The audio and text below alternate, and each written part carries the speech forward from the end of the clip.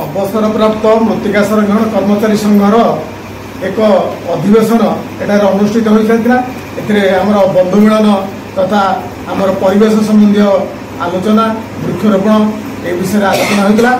आसंता December मास 16 तारिख दिन आमर समस्त कर्मचारी बंधु मैंने सपत्नीक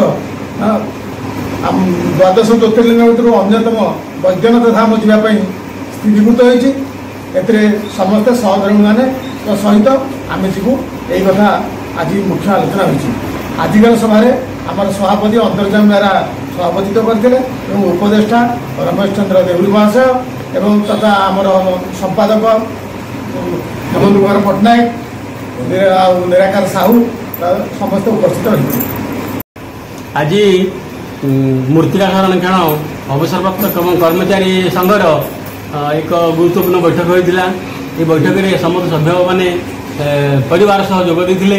यही सभार परिवेश संबंधी वृक्षरोपण संबंधी आगामी कार्यकर्ता सरकार साथ मिसिक करने विशेषण ग्रहण करागला।